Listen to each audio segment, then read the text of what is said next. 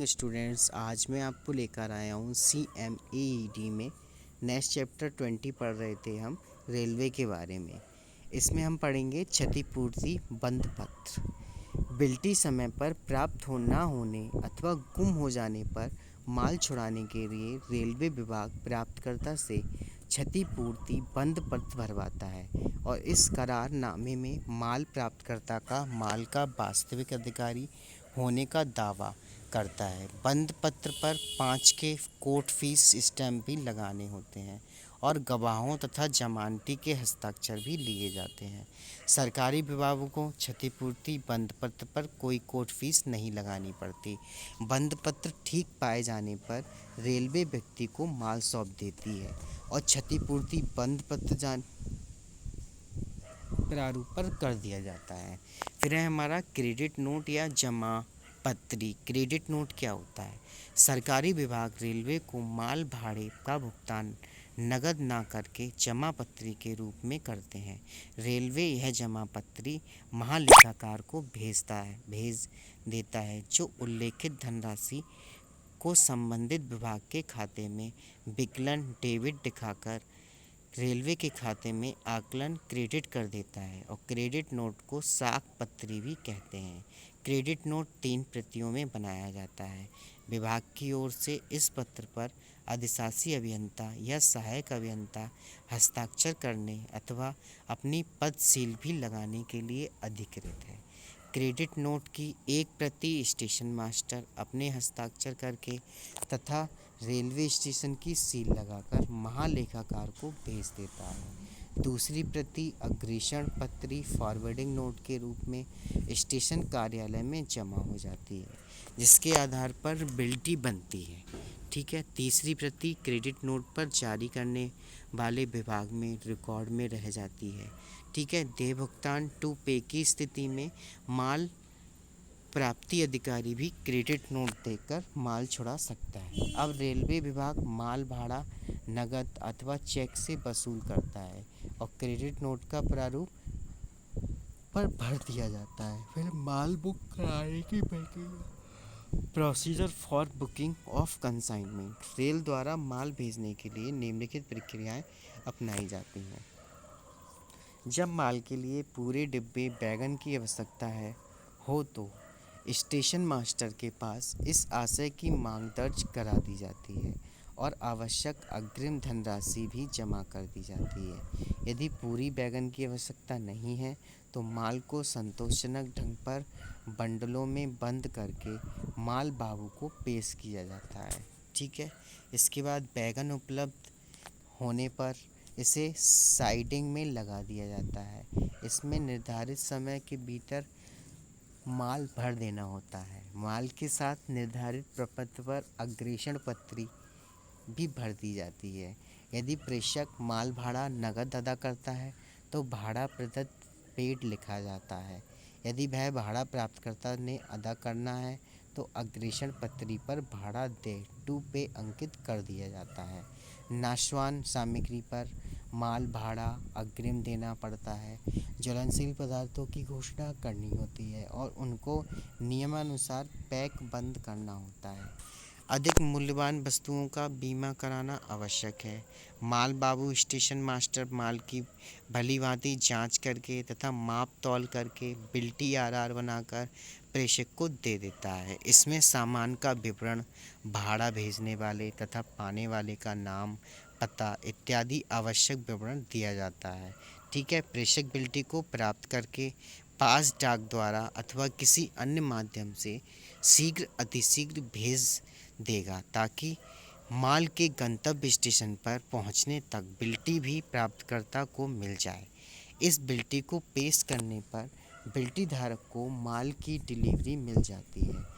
बिल्टी को रजिस्ट्री द्वारा ही भेजना चाहिए, अन्यथा जो इसे प्राप्त कर लेगा वह रेलवे से माल छुड़ाने में सक्षम हो जाता है। रेलवे विभाग इस संबंध में कोई जिम्मेदारी नहीं लेता। माल छुड़ाने की प्रक्रिया। Procedure for taking delivery of consignment. गंतव्य स्टेशन पर माल पहुंचने जाने पर इसे छुड़ाने की प्रक्रिया निम्नलिखित है। बिल्टी प्राप्त होते ही प्राप्तकर्ता स्वयं अथवा अपने अभिकर्ता द्वारा माल बाबू स्टेशन मास्टर से संपर्क करके माल के पहुंचने की सूचना प्राप्त करेगा। माल पहुंचते ही उसकी तुरंत डिलीवरी ले लेनी चाहिए ताकि उस पर डैमरेज, वेयरफेज इत्यादि जुर्माना ना देना पड़े।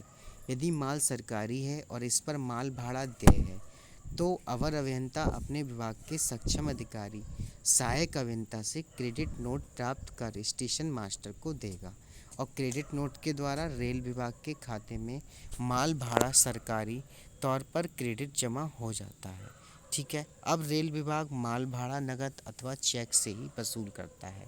प्राप्तकर्ता माल अपने किसी अभिकर्ता एजेंट को भेजकर भी छुड़वा सकता है। इसके लिए वह बिल्टी के पीछे निम्न प्रमाण पत्र देकर दिनांक सहित अपने हस्ताक्षर कर देगा।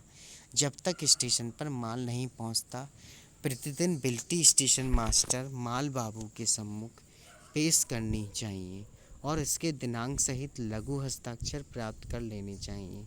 यह कार्यवाही इसलिए आवश्यक है कि बाद में रेलवे इस आधार पर कि माल बहुत पहले आ चुका था परंतु छुड़ाया नहीं गया, प्राप्तकर्ता पर कोई जुर्माना डैमरेज न डाले। यदि रेलवे कोई डैमरेज वेयरफेज डालती है जो उचित नहीं है तो भी उसका भुगतान आपत्ति सहित अंडर प्रोटेस्ट कर दिया जाता है और उस जुर्माने को माफ़ कराने के लिए याचिका दाखिल कर दी जाती है। माल पहुंचने पर इसकी डिलीवरी लेना आवश्यक होता है, अन्यथा रेल विभाग ऐसे लावारिस माल को कुछ समय तक प्रतीक्षा करने के बाद नीलाम कर देता है और अपना भाड़ा निकाल लेता है। माल की टूट फूट अथवा कमी होने पर माल छुड़ाने की प्रक्रिया taking delivery when the consignment is damaged और सॉल्ट। गंतव्य स्टेशन पर माल पहुंचने पर जब इसके टूट फूट अथवा क्षतिग्रस्त होने की शंका हो तो माल की खुली डिलीवरी लेने के लिए स्टेशन मास्टर से आग्रह करना चाहिए। क्षतिग्रस्त पैकेटों, बंडलों की संख्या, माप, वजन आदि डिलीवरी रजिस्टर में अंकित कर देनी चाहिए और माल छुड़ा लिया जाए ताकि माल पर कोई विलंब शुल्क ना पड़े। यदि स्टेशन मास्टर इसकी आज्ञा नहीं देता तो उच्च अधिकारियों को तार टेलीफोन द्वारा सूचित कर देना चाहिए और माल आपत्ति सहित लिखकर छुड़ा लेना चाहिए। शिकायत पुस्तिका में भी इस बारे में शिकायत दर्ज कर देनी चाहिए और अपने विभाग के अधिकारी को भी इसकी सूचना दे देनी चाहिए। सभी नुकसान की सूची बनाकर तथा मूल्य की गणना करके क्षतिपूर्ति का दावा क्लेम उस रेलवे की मुख्य वाणिज्यिक अधीक्षक को रजिस्ट्री द्वारा भेज देना चाहिए। यह दावा माल बुक कराने के 6 माह के भीतर ही करना होता है। समय समय पर इस संबंध में स्मृति पत्र भी लिखते रहने चाहिए। माल भाड़ा, फ्राइट, विलंब शुल्क, डैमरेज या घाट भाड़ा, बॉरफेज आदि अधिक वसूल किए जाने की स्थिति में इसकी वापसी का दावा भी 6 महीने के भीतर करना होगा। क्षतिग्रस्त सामान के लिए रेल विभाग की जिम्मेदारी एक जमानती के स्तर ही रहती है और यह विभाग के किसी कर्मचारी लापरवाही, अज्ञानता, अदक्षता के कारण हुए माल के नुकसान का ही मुआवजा देती है। बिल्टी प्राप्त न होने पर माल छुड़ाने की प्रक्रिया taking delivery when are not received.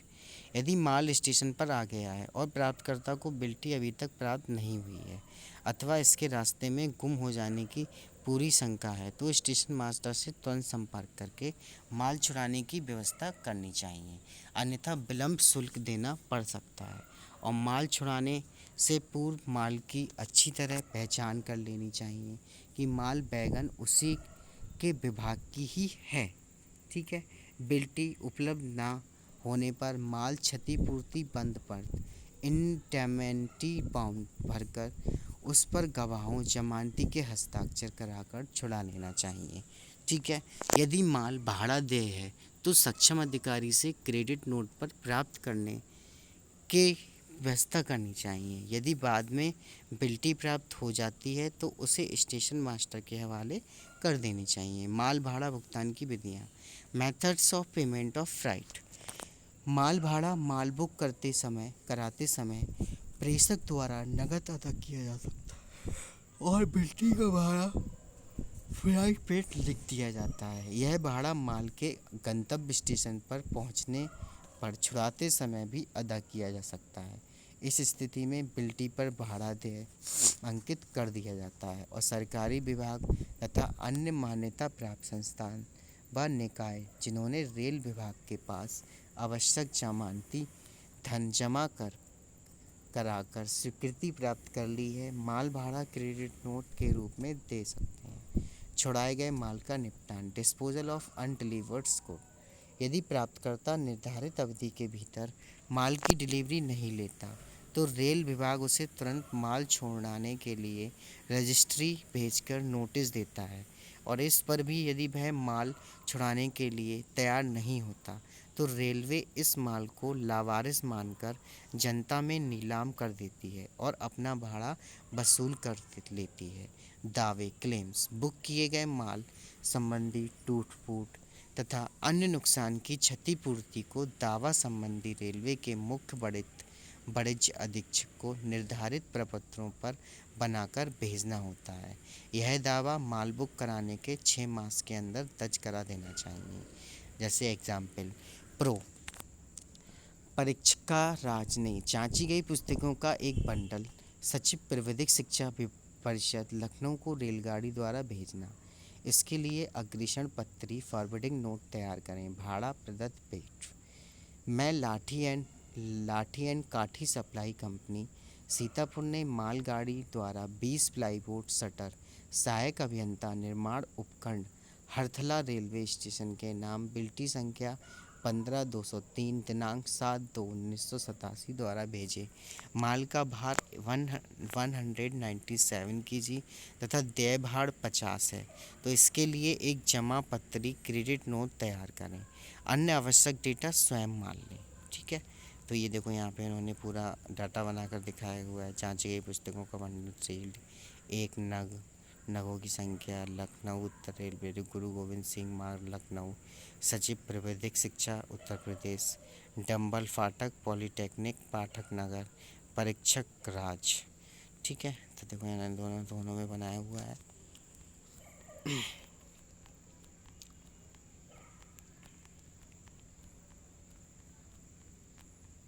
इस तरह से हम इसमें रेलवे में ये सारी चीज़ें भेजते हैं। ठीक है, फिर हमारा नेक्स्ट चैप्टर स्टार्ट होता है। लास्ट चैप्टर है इस यूनिट का, यूनिट सेकंड का, अवर अभियंता या स्थल प्रभारी के कर्तव्य तथा प्रकार्य, junior engineer duties and actions.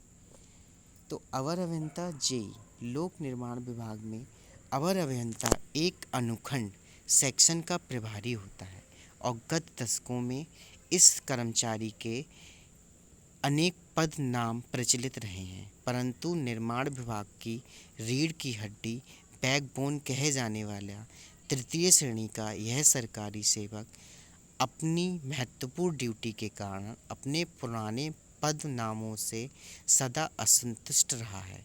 अंग्रेजी शासनकाल में उच्च इंजीनियर वर्ग, जो अधिकतर अंग्रेज होते थे, इस कर्मचारी को मताहत कह सकते कर पुकारते थे। उसे यह पदनाम गवारा ना था, क्योंकि दफ्तर का चतुर्थ श्रेणी का चपरासी भी इसे मातहत जी कहकर बुलाता था। नल नील के इस असंतुष्ट वंशज को फिर ओवरसियर का पदनाम दिया गया। ठीक है, श्रमिक वर्ग व ठेकेदारों को विशेष रौबदार नहीं लगा, तब इसे सेक्शनल ऑफिसर कहा जाने लगा, क्योंकि यह एक अनुखंड का अधिकारी था।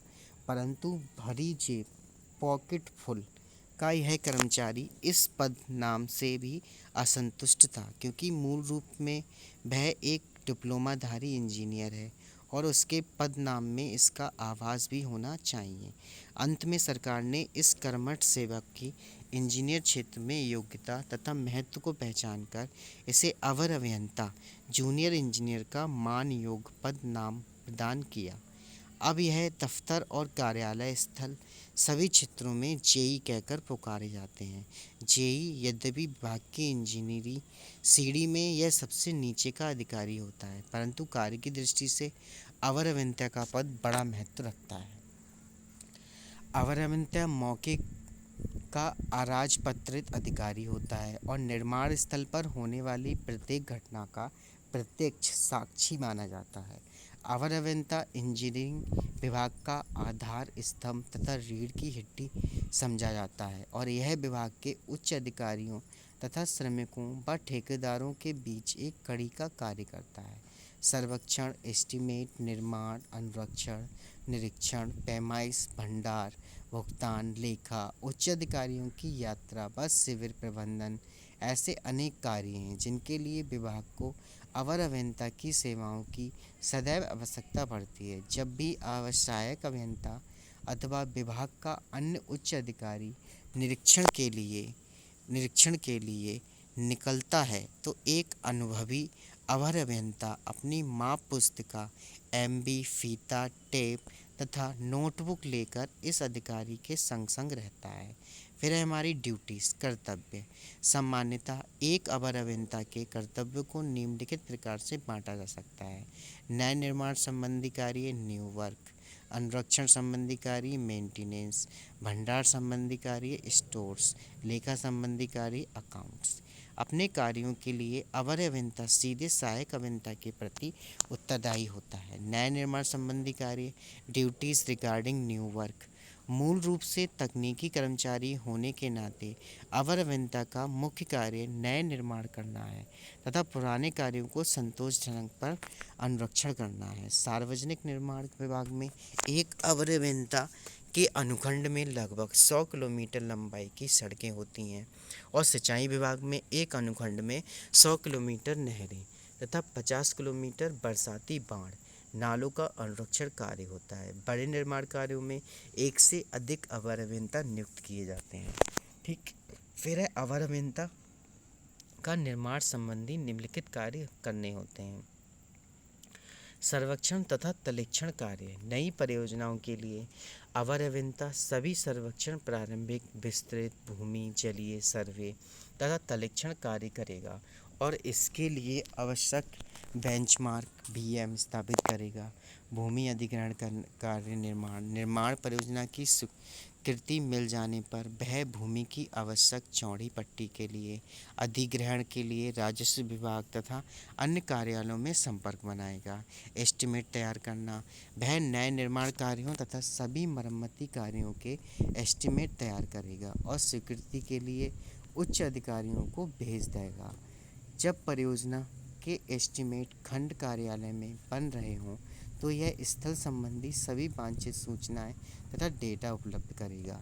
निशानदेही, ठेकेदार को नए कार्यों के मौके पर निशान देगा और आवश्यक लेवल की जांच करेगा। सामग्री प्रबंध, अवर अभियंता स्टोर बाजार से सभी आवश्यक निर्माण सामग्री की व्यवस्था करके मांग पत्र भरकर ठेकेदार का निर्माण कर कार्य के लिए देगा। सभी विभागीय संयंत्रों को लाभकर तथा सुरक्षित रखने की व्यवस्था भी करेगा।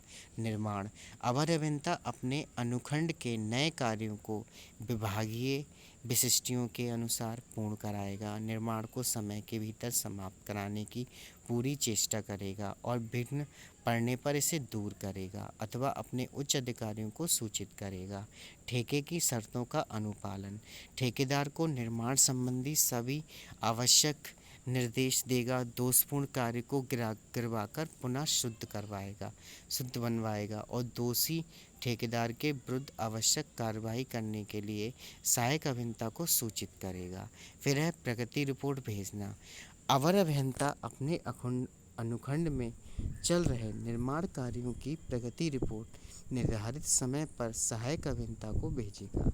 यदि ठेकेदार काम में रुचि नहीं ले रहा तो उसे उपयुक्त नोटिस भी देगा।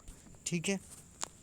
फिर है पैमाइश कार्य, विभागीय विशिष्टियों के अनुसार पूर्ण किए गए कार्यों की पैमाइश करके अपनी माप पुस्तिका में दर्ज करेगा तथा समय समय पर यह माप पुस्तिका उपखंड कार्यालय को भुगतान हेतु प्रेषित करेगा।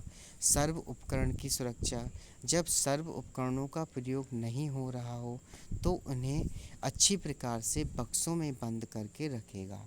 किसी उपकरण के टूट फूट जाने की सूचना अपने सहायक अभियंता को देगा और उसकी मरम्मत की व्यवस्था करेगा। अनधिकृत कब्जा रोकना, अवर अभियंता अपने अनुखंड में अपने कार्यकाल में सरकारी भूमि पर कोई अनधिकृत कब्जा नहीं होने देगा। किसी व्यक्ति पार्टी के लिए ऐसा करने पर उसकी सूचना तुरंत अपने उच्च अधिकारी को देगा और अतिक्रमण हटाने के लिए पुलिस की सहायता लेगा। नोटबुक रखना, अवर अभियंता अपने पास एक पक्की नोटबुक रखेगा और समय समय पर अपने उच्च अधिकारियों से प्राप्त सभी आदेश तथा कार्य संबंधी सूचनाओं को इसमें दर्ज करेगा। श्रमिकों, सामग्री, प्रगति इत्यादि का दैनिक ब्यौरा इसमें रखेगा। अपने अधीन कर्मचारियों तथा श्रमिकों को दिए गए निर्देश भी वह तिथि सहित अपनी नोटबुक में दर्ज करता रहेगा। अगले दौरे पर वह यह सुनिश्चित करेगा कि उसके द्वारा जारी निर्देशों का सही ढंग का पालन हुआ है अथवा नहीं। तो दुर्घटना होने पर, यदि निर्माण स्थल पर कोई गंभीर दुर्घटना होती है तो उसकी सूचना समीपवर्ती पुलिस स्टेशन तथा अपने सहायक अभियंता को अविलंब देगा और स्थिति की सामान्य बनाने की चेष्टा करेगा। ठीक है, तो आज के इस लेक्चर में इतना ही। बाकी हम नेक्स्ट लेक्चर में डिस्कस करेंगे duties regarding maintenance. Okay students, thank you.